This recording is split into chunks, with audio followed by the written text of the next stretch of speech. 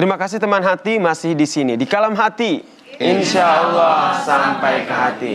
Tadi telah sama-sama kita dengarkan tausiah yang disampaikan oleh Kang Rasid soal bagaimana amarah itu. Pertanyaan selanjutnya, kalau kita sudah terlanjur amarah, sudah terlanjur emosi, sebenarnya bagaimana sih cara mengendalikan, ataupun Islam sendiri mengajarkan seperti apa kita mengendalikan amarah kita? Ya, teman hati yang dirahmati Allah, marah itu harus dilihat. Marah itu karena Allah kah atau karena ulah kah? Karena Allah kah atau karena ulah kah? Kalau ulah kan karena manusia, sikapnya tak kontrol. Kalau karena Allah itu menjadi kebaikan. Seorang orang tua marah ke anaknya karena anaknya tidak sholat. Pada saat itu marahnya karena Allah, supaya keluarga ini sampai ketemu dengan Allah di yaumul qiyamah nanti. Kalau orang tua membiarkan anak tidak sholat, pada dia sudah balik, Allah murka kepada orang tuanya.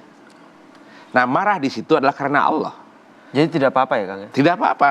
Nah, marah itu adalah solusi terakhir. Kalau bisa dengan kebaikan, nah, ayo dong sholat, nah, kamu kan sudah balik, nah. Tidak didengar. Kedua, ayo dong, nak, agak tinggi suaranya. Tidak dengar juga, nah, baru pakai intonasi. Sholat, woy. Itu dia. Nah, marah seperti itu karena Allah. Karena Allah. Kalau yang selain karena Allah namanya karena ulah. Karena ulahnya dirinya, dia menjadi marah, terbakar. Gini, orang marah itu pikirannya pengen puas. Orang yang marah itu pikirannya pengen puas. Dia bukan mencari kebenaran, tapi mencari pembenaran. Oke.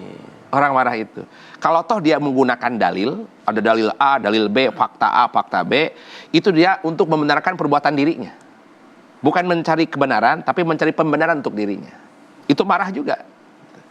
Kita kembalikan tentang bagaimana mengendalikan ketika emosi. Mari kita lihat, punten sekali, bagaimana pesan Nabi kepada para sahabat. Salah satu sahabat itu namanya Abu Darda radhiyallahu anhu. Sayyidina Abu Darda radhiyallahu anhu berkata kepada Nabi, "Ya Rasulullah, dullani ala amalin yudkhilunil jannah." Ya Rasulullah, arahkan aku, nasihati aku, perbuatan apa yang membuatkan aku masuk ke surga.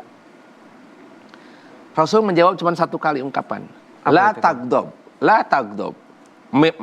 Berkali-kali, la tagdob walakal jannah. Perbuatan yang bisa mengantarkanmu ke surga, janganlah engkau marah. Sesederhana itu ya? Kalimatnya sederhana, memprakteknya prakteknya yang susah itu. La tagdob, jangan marah. Sampai 3 kali. Ada lagi ya Rasulullah, la tagdob. Sampai 3 kali berulang-ulang. La tagdob. Kalau engkau berhasil menahan gejolakmu, maka engkau dapat surga. Maaf Kak Yasir dan teman hati yang rahmati Allah, ibadah itu tidak hanya fisik, tapi juga ada ibadah hati.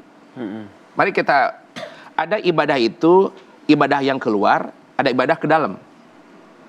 Ibadah keluar tuh sholat, zakat, haji, itu keluar dengan fisik.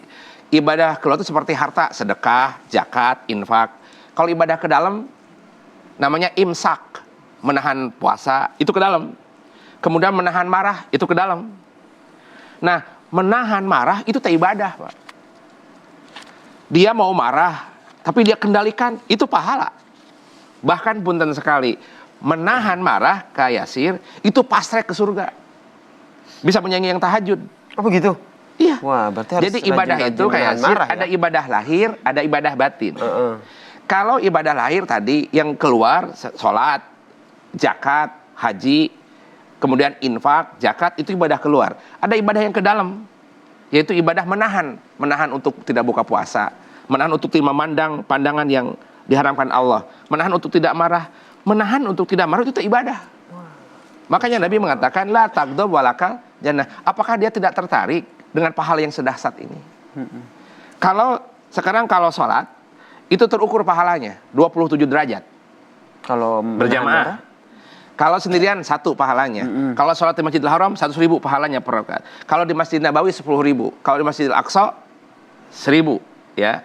Nah, pertanyaannya, kalau sedekah Allah in return-kan ke kita 10, 100 atau 700. Tapi kalau menahan marah unlimited pahalanya. Wah. Unlimited. Berarti ini bisa nahan jadi marah, salah satu ini ya, kan? Ya, maka dengan ungkapan ini menahan marah itu pahala besar. Sampai Nabi katakan, hanya itu ya Rasulullah, la tagdob. Hanya itu, la tagdob. Menahan marah itu sebuah energi, kan. Dia punya power, dia punya kedudukan, dia punya kekuasaan. Kalau mau mem-PHK orang, Bisa saja, tapi jangan dulu dia punya anak. Menahan itu pakai tenaga, Kang, tidak pakai. Coba nahan marah, efeknya wajah cemberut, merah, tangan mengepal, tapi ini pahala. Pahala ini besar. Berarti kalau kita ingin menahan marah, tadi ingat yang disampaikan bahwa menahan marah itu adalah salah satu ibadah. Kalau sudah terlanjur marah nih, Kang. Kalau sudah terlanjur marah, benar sekali. Katakan posisi ketika dia dalam keadaan berdiri. Ya. Rasul menyarankan kalau keadaan berdiri suruh duduk. Pak, sudahlah Pak, jangan marah-marah begitu. Yuk Mama duduk sama Mama. Okay. Nah, berdiri itu maksimal marahnya, maksimal apinya. Kalau sudah duduk, menurun, Kang. Jadi 50% panasnya. Tetap itu marah gitu sampai kursinya patah gitu. Masih emosi begitu. Masih emosi gitu ya, emosi. Nah, kalau duduk masih panas, baringkan. Tidur. Berbaring itu relaksasi itu lumayan, Kang. Menurunkan. Ya, minimal dia tidur, bangun-bangun tidak marah lagi. Betul, iya, betul. ditidurkan gitu. Tapi Kang Rashid, dia tidur tetap juga marah sampai ranjang pun patah gitu. Saking marah-marah. Tapi ada yang keempat kata Nabi, suruh dia wudhu. Marah itu api, Kang. Dan api bisa padam oleh air. Maka wudhu itu terapi itu. Kalau sedang marah, emosi, wudhu. Iblis berkata kepada Allah, ketika suruh sujud kepada Adam, dia nggak mau.